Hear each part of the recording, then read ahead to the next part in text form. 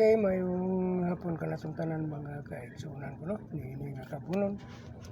Ani ana usab kitay amubo nga pagatukion nga diin nindot kayo ang mga sugilanon nga gikuha nato sa balaang kasulatan. Okay. So di ka maglangan. Ato ang basahon ang kining libro sa Lucas 15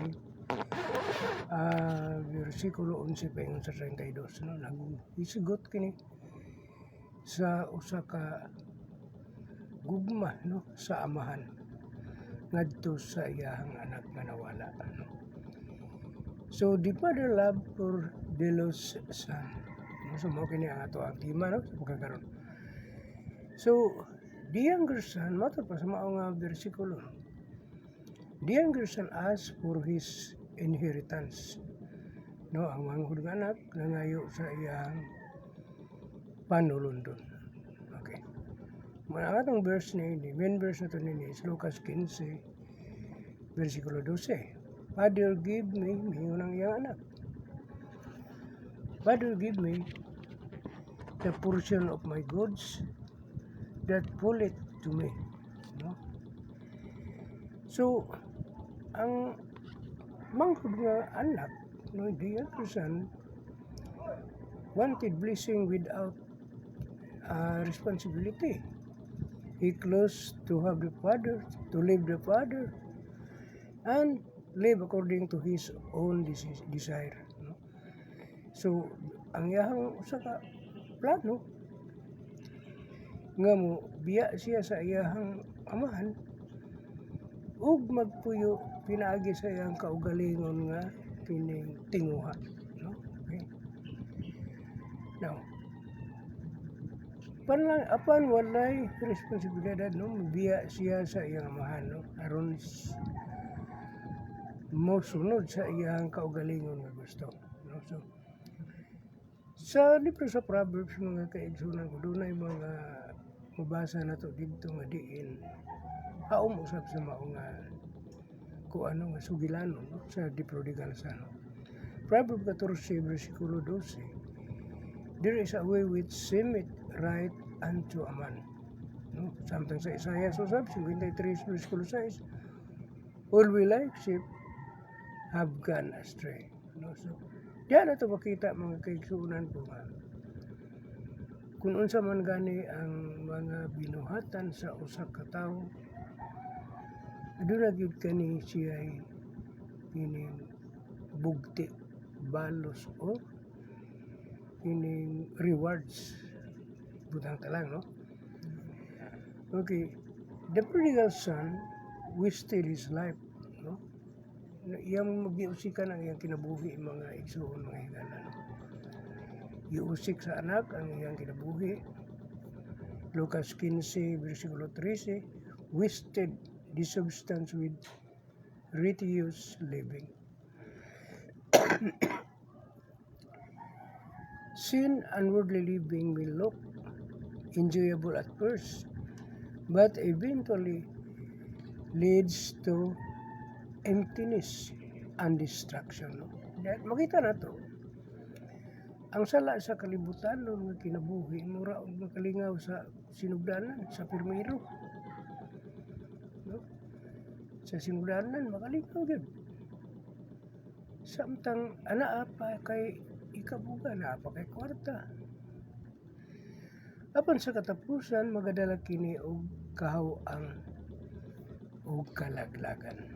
Mo kanay mga resulta, consequences, mga kaigsunan ko, sa mga butang nga kini butang ang ato ang kaugalingon mo, ato ang tumanon, atong kaugalingon nga tinguha mo, atong tumanon nga dili na ta maglanta bitaw sa unsa kay sang putanan o dangatan.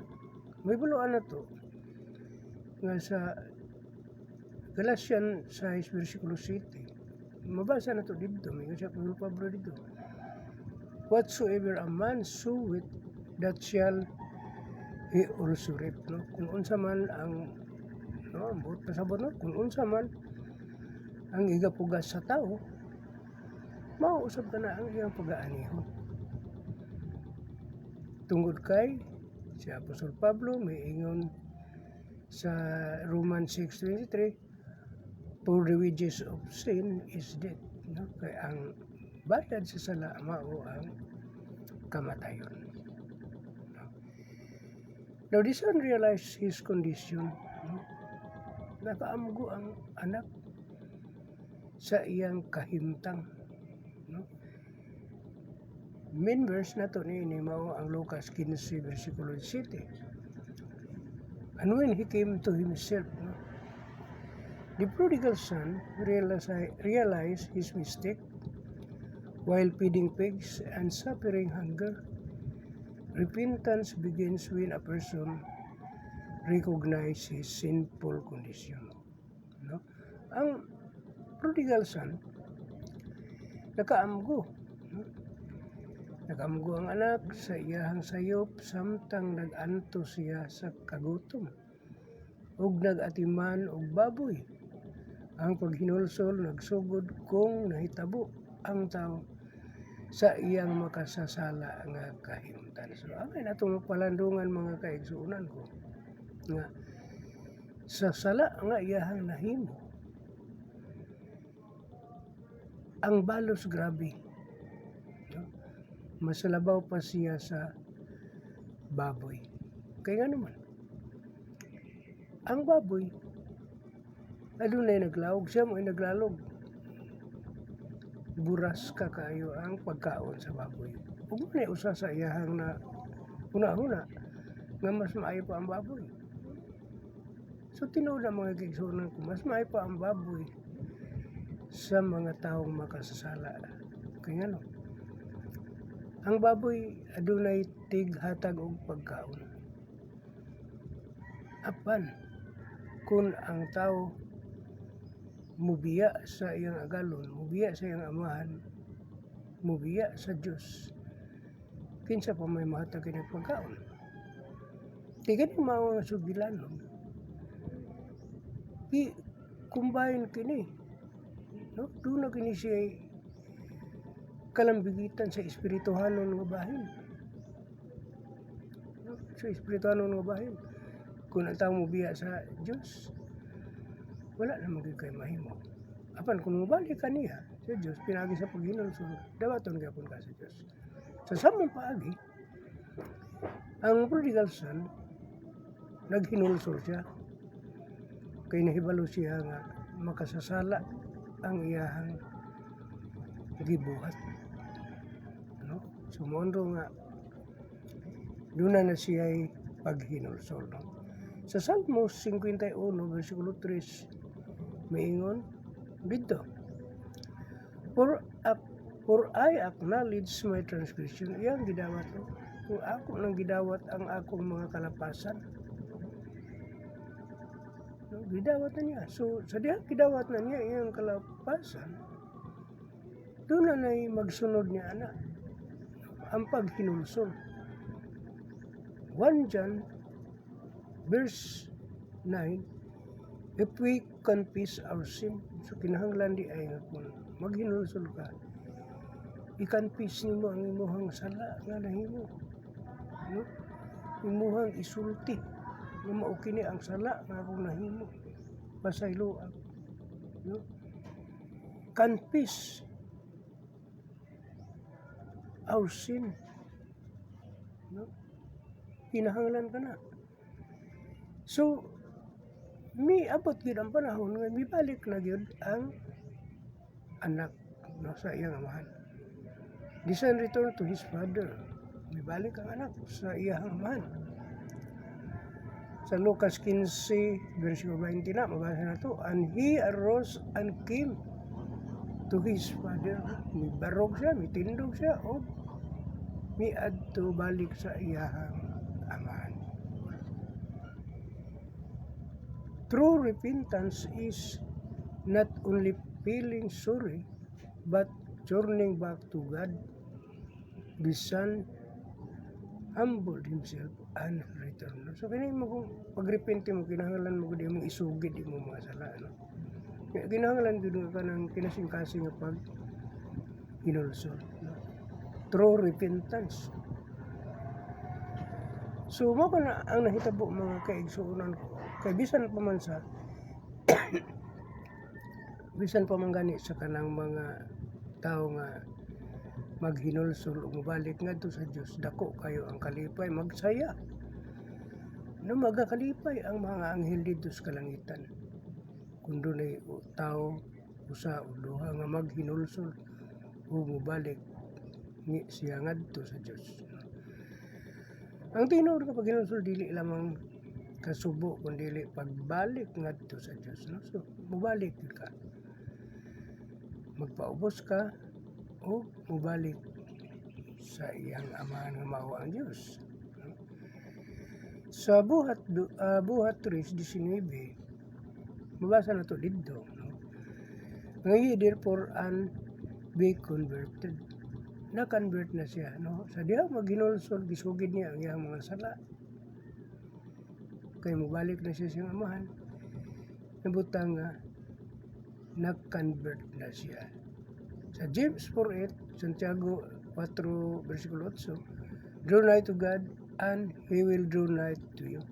Magpaduol ka sa Diyos, kaya ang Diyos magpapaduol po niyo. No? So, ingon niya no? Now, sa diha may balik na ang anak, the prodigal son, the father forgive and restored his son. No? Gipasaylo o gipahiuli sa amahan ang iyang anak.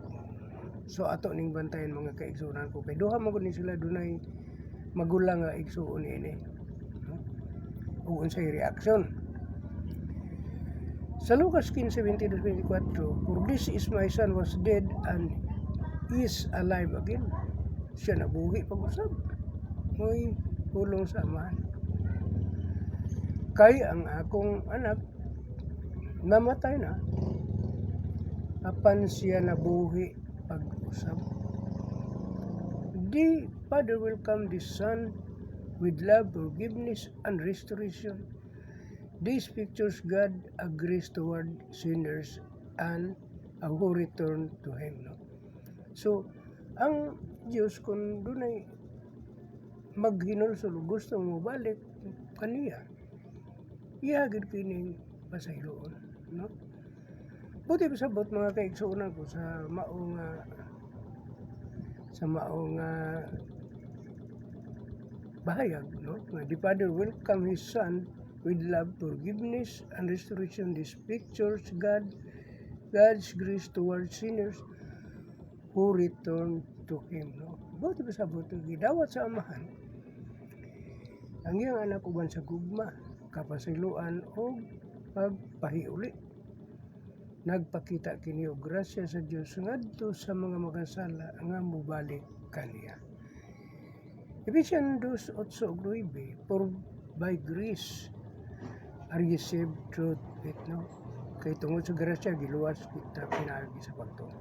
So ang mga bersikulo mga kaigsuonan ko nagpasabot nga ang grasya sa Dios wala maputol.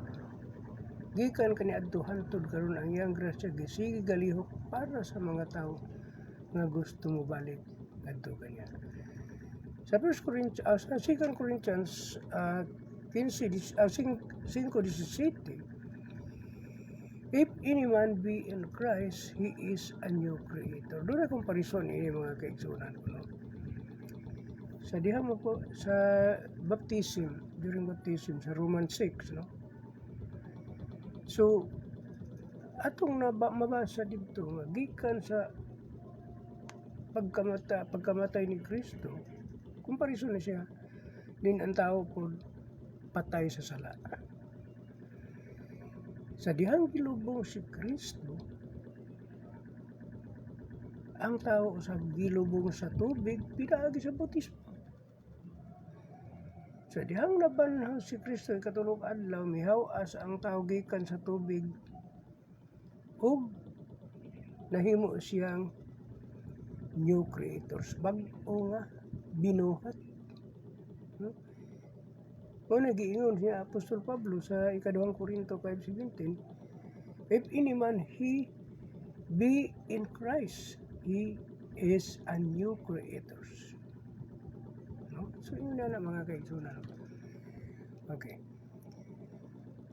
Now, sa ikaunom, warning from the elder brothers. So, misulod na ang kamaguwangan nga anak, ang magulang anak, no? Lucas 15:28. And he was angry and would not go in. No? The elder brother became jealous, no? Nakuha na siya. Ang magulang na nakuha na siya. Nasuya na siya. No? Nasina na siya. And self-righteous. We must avoid pride and learn to rejoice when the sinner repent. No? Buti pasabot, nasina og nahimong mapahitas o ang magulang nga anak, hinahanglan likaya nato ang garbo ug malipay kung adunay makasasala nga maghinulsol. So mo usa unta sa angay nato nga baton. Philippians 2:3, let nothing be done through strife or vainglory. Vainglory. Hindi bitang kawa nga kadaugan. Dili na to na himuon. Lucas 15:7, joy shall be in heaven over one sinner that repented. No? Maghahimaya, magakalipay dito sa langit tungod sa usa ka makasala nga naghinulsol. So yun ang tanong ang atong angay nga mabatulan. Now, the story of the prodigal son teaches us about sin, repentance, forgiveness, and the great love of the Father. No matter how far a person has gone, God is ready to forgive those who returns to Him. Ang sugilanon sa anak nga nawala, the lost son, nagtudlo ka nato bahin sa sala sa paghinulsol, kapasayloan o dakong gugma sa amahan bisan unsa pa kalayo. No, ang tao andam ang Diyos sa pagpasaylo sa mga mubalik kaniya. Okay, ang pagani ni Jesus Christ diri ang pagpahiuli man kanato ngadto sa ining tao ug sa Dios. Because Christ is a mediator between man to God. Siya mo'y nagpataliwala kanato. So, kinahanglan nga atong igakalipay kung doon naman ganyan usa nga maghinulsol. Okay, daghan kayong salamat no, ug maayong hapon kanatong tanan. God bless.